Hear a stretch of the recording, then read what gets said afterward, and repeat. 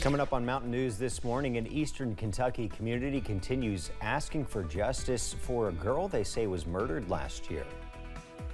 And an incident at an Eastern Kentucky high school causes a sheriff's office to strengthen its security measures. Dedicated to Eastern and Southern Kentucky, this is WYMT Mountain News This Morning. Good morning, I'm Keaton Hall. The time is 5:32. Let's take a look at the weather with Brandon now, no longer Cameron. We've got Brandon here. What's it looking like, Brandon? Had a little incident this morning on my way in, but we made it. Yes, we are you're here. okay. Exactly, so we're all right. This morning, not too bad, but again, Keaton, like Cameron said at 5, we're going to be seeing one of those situations where we're going to be mainly dry during the daytime hours today. It's going to be the nighttime that's going to be impactful. Let's take a look, see what's going on right now. You don't see a whole lot except for a few clouds out there this morning, but as we head deeper into the day, you'll see all those showers and storms that are working their way through parts of Missouri work their way toward us, probably tonight before they get here. This frontal system situation is interesting. Current conditions outside the WYMT studios are mild. We're already in the 50s, 60s, and 70s as you head out the door this morning. Looks like Grundy is our cold spot at 51, 73 Irvin out towards Somerset and Monticello, also Jacksboro and Harlan there this morning. So some very mild air in place already. Now, no records today, but we're going to get close to a couple. Your first alert weather forecast, again, we're going to continue to see cloudy skies for the first part of the day, and then maybe some sunshine peeking through a little bit later on. 85 a daytime high. You're going to want to make sure that you have a way to get those alerts quickly, especially as we head into the overnight hours. I'll have more on this forecast coming up in just a little bit. Keaton. All right, thank you, Brandon. Kentucky State Police are investigating a deadly crash in Lawrence County. Troopers say a logging truck and a pickup crashed just before 6 o'clock Tuesday morning on Route 23 near the Route 581 interchange just south of Louisa. The coroner says the driver of the pickup truck died at the scene. The victim's name is yet to be revealed. The Lawrence County Sheriff's Office is also helping with the investigation. A man is in the hospital following a weekend shooting in Owsley County. The Owsley County Sheriff says 2 people were arrested and charged with first-degree assault. Investigators say the shooting happened Saturday morning on Highway 11 South. The victim was taken to a hospital. The sheriff says he was paralyzed from the waist down in the shooting. After finding Stacia Collins injured with what they believe was a self-inflicted gunshot wound in August, deputies with the Johnson County Sheriff's Office began searching for his missing daughter. That search ended with news no one wanted, the recovery of her body. And as her father recovered from his wounds in jail, the community began seeking justice for Stacia Collins. She would have turned 13 years old yesterday. WYMT's Buddy Forbes has more on the group's latest efforts. She could find, happiness in anything she ever would do and make others enjoy it. Stacia Collins should be celebrating her first year as a teenager. She was only 12 years old when she was murdered. And it's really young to have your life taken from you. The Johnson County girl was killed last August, her father charged with her murder. I kind of already knew before I heard it. It's just, I don't know, a bad feeling I had. Her mother and community left to mourn and memorialize her as they wait for the trial, praying for justice. I don't like waiting.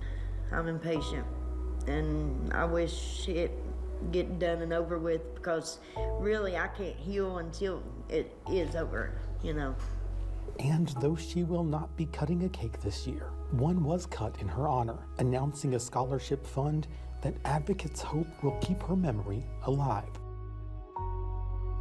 Every time the graduates cross the stage at Johnson Central High School, every year they will say her name.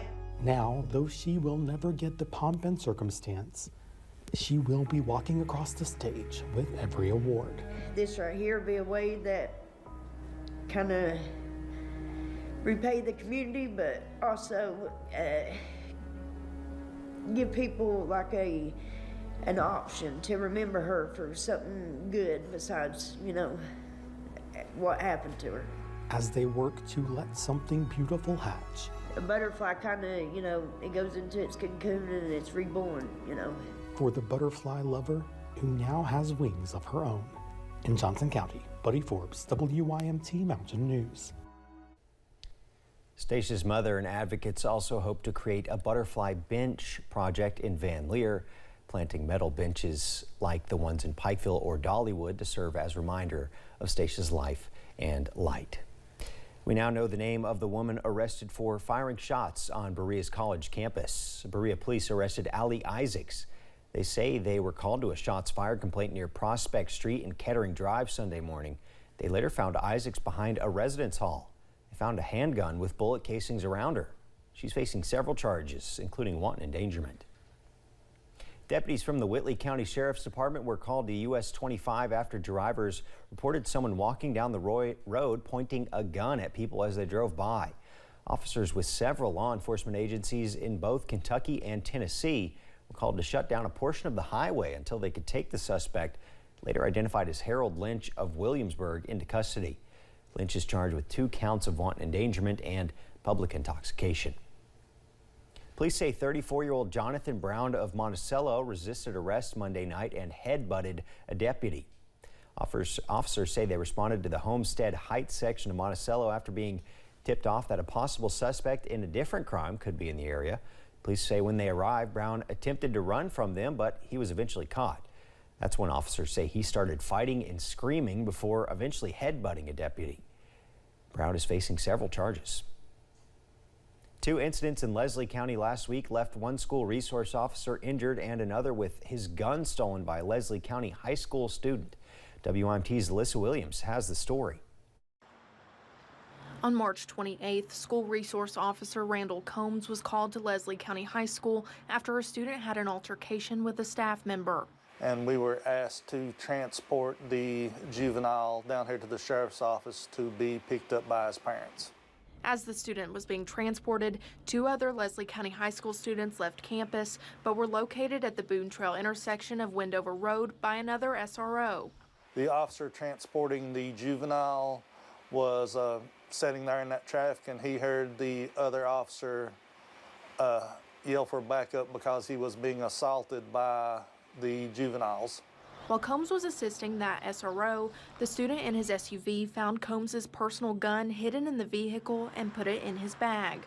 We actually brought him here to the office, and he stayed here in the office probably an hour and 45 minutes with us, waiting on his mother to come pick him up.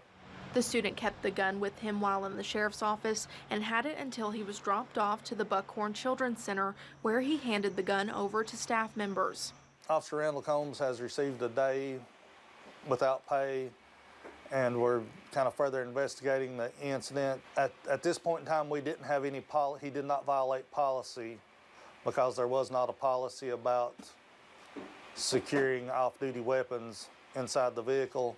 Leslie County Sheriff Billy Collett says because of this incident, the department is consulting with security experts to ensure something like this does not happen again. In Leslie County, Alyssa Williams, WYMT Mountain News.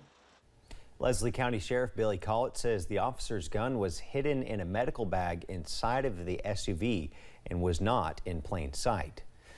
The city of Whitesburg is seeing a lot of positive growth after flooding devastated the community more than 8 months ago. Yesterday, Forever Ice Cream opened its doors for the very first time, serving food, ice cream, shakes, and owner Lisa Maggard says also created a space for parties. So many people have told me, they're like, you know, Lisa, we have nowhere to have like a party. We have nowhere to have a baby shower or just to get together. We can cater the food. We can do whatever that you need to have done. So this will be a good asset for the community as well to, that way we clean up the mess. We do everything. You just show up. To find out more about the new business, check out this story on our website, WYMT.com.